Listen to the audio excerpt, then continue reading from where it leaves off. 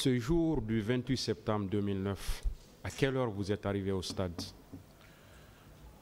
C'était aux environs de, je ne me rappelle pas exactement, mais ça devait être entre 9h30 et 10h. À quelle heure les militaires sont arrivés? Vers 11h. 11h30.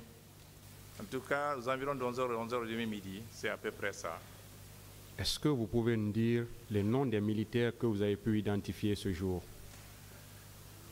Oui, les militaires que j'ai pu identifier moi, et d'abord le colonel Kiegoro que j'ai reconnu parce que nous l'avons rencontré au niveau de Fondis, avec lui on a eu une discussion.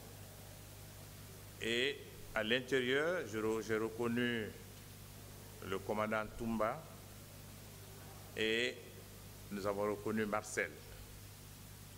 Ce sont les militaires que j'ai reconnus. Les autres qui les accompagnaient, je ne les connaissais pas. Quels étaient les corps qui étaient présents ce jour au stade que vous avez pu constater, vous? Il y avait des bérets rouges, des bérets verts et d'autres personnes, je crois que ça devait être des policiers qui portaient des t-shirts noirs. Ce sont ces personnes que moi j'ai reconnues. Je parle de l'intérieur du stade. Oui, à l'intérieur du stade, oui. Ministère public, des questions.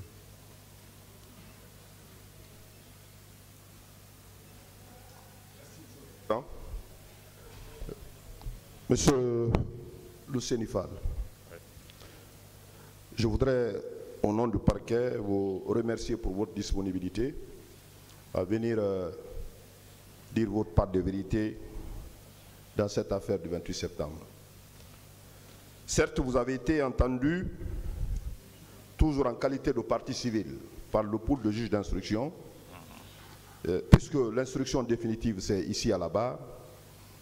Nous avons l'obligation de vous poser certaines questions. Tout à l'heure, vous avez déclaré que vous êtes venu aux environs de 9 heures. Vous avez quitté votre domicile. Vous confirmez ces déclarations? Non, j'ai quitté mon domicile avant 9 heures. Avant 9 heures. Avant 9 heures. Et quel était votre point de ralliement? Le point de ralliement convenu aux réunions des forces vives, c'était le domicile de notre porte-parole, M. Jean-Marie Doré à Donka. Vous étiez tous souvenus, M. Jean-Marie Doré, le président Sidia Touré, c'est le Dalin Diallo et vous-même? Non, pas nous seulement, il y avait tous les leaders des partis politiques. Moi, le matin, je suis allé chercher Sidia. Nous sommes venus ensemble, M. Jean-Marie Doré. Nous avons trouvé là, c'est Lou, que les autres m'excusent parce que tous les leaders étaient présents.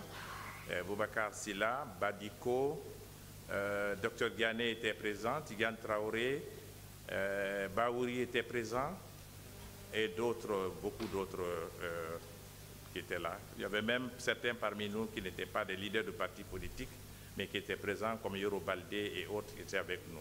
Il y avait aussi Jo Sidibé qui représentait le NGR. Donc ensemble, vous avez pris le départ pour le stade?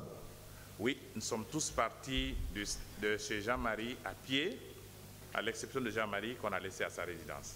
Nous sommes tous partis à pied, tout le monde. À quel niveau vous avez commencé à rencontrer les forces de l'ordre? Au niveau de Fondis, la fondation Fondis, c'est là où nous avons rencontré le peloton de la gendarmerie qui était commandé par le colonel Moussa Kiegoro Kamara. Il était seul? Non, il y avait beaucoup de gendarmes avec lui, beaucoup. C'était tout un peloton, il y avait beaucoup de gendarmes. Donc il était avec un contingent de gendarmes? Il était avec un contingent de gendarmes. Vous l'avez suivi ici à cette barre, à distance, et il a déclaré que ce jour il était seul. Confirmez-vous ces déclarations ou bien vous venez en contredisant ces déclarations? Non, mais je me rappelle très bien, il n'était pas seul. Seul, il ne pouvait pas nous arrêter. Nous étions déjà un bon groupe. Et donc, ils étaient beaucoup plus nombreux que nous. Il y avait beaucoup de gendarmes avec lui. Je me rappelle, j'ai reconnu un béret rouge qui devait être certainement son aide de camp. Les autres étaient des bérets verts. Il n'était pas seul, il était avec beaucoup. Dans le groupe, il y avait des militaires qui arboraient le béret vert, le béret rouge? Non, j'ai reconnu un qui portait le béret rouge. Ça devait être certainement son aide de camp, mais il était à côté de lui. Mais les autres portaient des bérets verts. C'était des gendarmes, je crois, ou des policiers. D'accord. À ce niveau, Il vous a empêché de continuer. Le contingent que vous avez trouvé dirigé par le colonel Kebro vous a empêché de continuer pour le stade? C'est tout comme, parce que le groupe était important et la route c'était pas un barrage, mais ils étaient suffisamment nombreux pour nous empêcher de passer. Et il nous a demandé de ne pas aller au stade et de reporter le meeting. Quels ont été les termes qu'il a utilisés? Non, il a dit vous ne pouvez pas faire la réunion aujourd'hui. Il a évoqué l'appel du président du CNDD la nuit à Sidia, qui nous l'avait dit d'ailleurs dans la voiture, quand nous allions chez Jean-Marie Doré. Il m'avait dit qu'il avait reçu un appel du président du CNDD vers 2 h du matin, qu'il dormait d'ailleurs. Mais il est évident qu'à cette heure-ci, Sidia ne pouvait rien. Et donc, il y a eu une discussion, il a demandé de reporter. Moi, je n'ai pas parlé directement avec le colonel Tiboro, mais les autres ont discuté avec lui, Selou et les autres, lui ont expliqué qu'on ne pouvait pas reporter, qu'on allait juste sur l'esplanade faire un message, passer des messages à nos militants qui étaient déjà réunis et on se dispersait. Mais lui, il insistait toujours de reporter. De reporter. Oui. Avant d'arriver au stade, est-ce qu'avez-vous rencontré un autre groupe de militaires, de gendarmes en face de l'université et avant d'arriver à la terrasse du stade du 28 septembre? Non, comme je l'ai dit, nous, de l'instant où nos militants ont convergé nombreux vers nous, c'était une foule compacte qui était venue, qui nous a littéralement arrachés, qui nous a portés en triomphe. Nous n'avons vu aucun militaire. La foule était suffisamment nombreuse pour que des militaires même s'aventurent dans ce groupe. Donc je n'ai pas vu de militaires jusqu'à l'arrivée des militaires à l'intérieur du stade. Le stade. Oui. Vous avez tous eu accès au stade, tous les leaders? Oui, tout le monde est rentré. Et on a eu suffisamment de temps. On est resté à l'intérieur du stade pendant un bon moment. J'ai oublié de dire que quand nous étions là, nous avons passé des messages. Chacun de nous a parlé. Tous les leaders qui étaient présents, chacun a parlé. Tous ont passé un court message. C'était le même. Nous étions opposés à la candidature du CNDD, du gouvernement.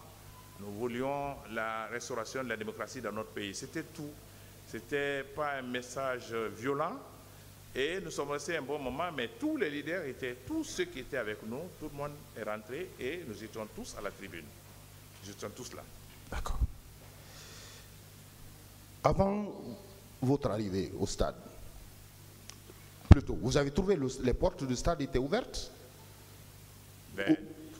Oui, allez-y, je vous en prie. Les portes étaient ouvertes à votre arrivée du stade?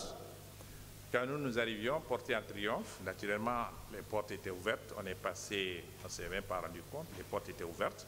Je ne peux pas dire qui a ouvert les portes, mais en tout cas, nous sommes rentrés avec la foule. Souvenez-vous de l'heure à laquelle les militaires ont commencé à avoir accès au stade? Ils ont commencé à tirer? C'était aux environs de 11h30 midi, je crois. Je n'ai pas beaucoup. Nous étions dans une telle ambiance qu'on n'a pas regardé l'heure. Et le moment où les tirs ont commencé à l'extérieur, il y a eu le gaz lacrymogène. Et ensuite, les militaires ont fait leur apparition. Ça a été un mouvement de panique générale. Nous étions plutôt préoccupés par les jeunes qui tombaient sur la pelouse et qui, visiblement, l'assassinaient. Nous étions beaucoup plus inquiets. Et d'ailleurs, quand ils sont arrivés, quand moi j'ai vu le tumulte et tout, le branle-bas, j'ai dit à mes compagnons, du moins ceux qui étaient à côté de moi, je leur ai dit, ne bougeons pas, attendons qu'ils viennent nous arrêter ici. Et je crois que c'était salutaire pour nous, parce que si nous avions suivi le mouvement de foule, certainement qu'on aurait été abattus comme les autres. Donc nous sommes restés à notre place et on a attendu qu'on vienne nous arrêter. Alors, vous avez dit dans votre audition tout à l'heure, d'abord dans le PV d'audition de partie civile, mais également tout à l'heure, vous avez parlé de l'arrivée de ce groupe. Et vous avez pu reconnaître le commandant Toumba. Il est venu au même moment que ces militaires ou il était seul lorsqu'il venait vers vous à la tribune? Non, franchement, Toumba est rentré au moment où j'ai vu les militaires aussi rentrer. Ils sont tous rentrés ensemble. J'ai vu Toumba directement parce que il y a un groupe qui est rentré. Le groupe qui est rentré, Toumba était avec eux. Il était avec eux. C'est dans ce même groupe? que certains militaires ont commencé à vous administrer des coups dans ce groupe avec lequel il est venu? Non, Toumba est rentré avec tous les militaires qui ont envahi le stade. C'est les militaires qui sont rentrés à l'intérieur du stade, c'est eux qui ont tiré sur la foule. Toumba, quand il est resté un bon moment, nous avons vu Toumba se détacher et venir vers nous, monter vers la tribune. Il avait les mains nues, il n'avait pas d'armes. Mais je l'ai vu monter. Et il y a un autre groupe qui le suivait, que nous avons identifié comme étant le groupe de Marcel. Et c'est eux qui nous ont battus. Ils ont asséné des coups, aussi bien là-haut, à la tribune, où nous étions déjà blessés, sur la pelouse, où ils ont continué à nous donner des coups de matraque. Ils ont continué à nous menacer jusque sur l'esplanade. Et c'est ce groupe-là qui nous a bastonné.